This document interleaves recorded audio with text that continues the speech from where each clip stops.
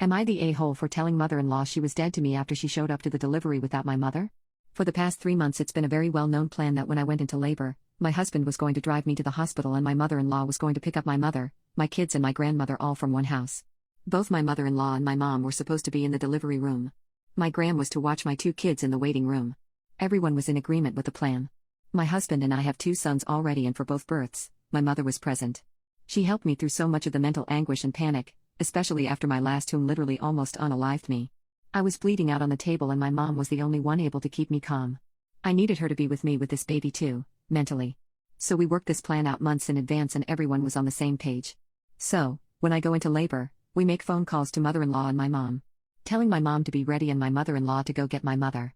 An hour and 15 minutes later, mother-in-law shows up at the hospital without my mom, my kids or my grandmother. She said, well, it's late so we need to just let everyone sleep. It was 9:30 p.m., and then sat her SS down on the chair in the delivery room and jumped on her phone. I told her in a pissed-off tone to go get my mom. That was the plan. I needed my mom and she just wouldn't. At one point saying that she didn't feel up to driving that much. My mom lives 20 minutes from her house, an hour away. So, I told her to get the F out of the room and that she was dead to me. The amount of resentment and disgust that I felt toward her at this moment is honestly not something I feel I will overcome anytime soon. She was pissed, saying that my mom got to experience 2 births already and how she didn't do anything wrong and she was just being respectful of people's sleep, and when she wasn't leaving, she was actually escorted out. Now, my mom was able to make it to the hospital literally just as I was giving birth. My kids and my grandmother weren't able to make it, which bothers me a great deal because we promised our kids they would be the first to meet their sister, outside of us and Grammy. Mother-in-law is to blame for that and I cannot forgive her at all.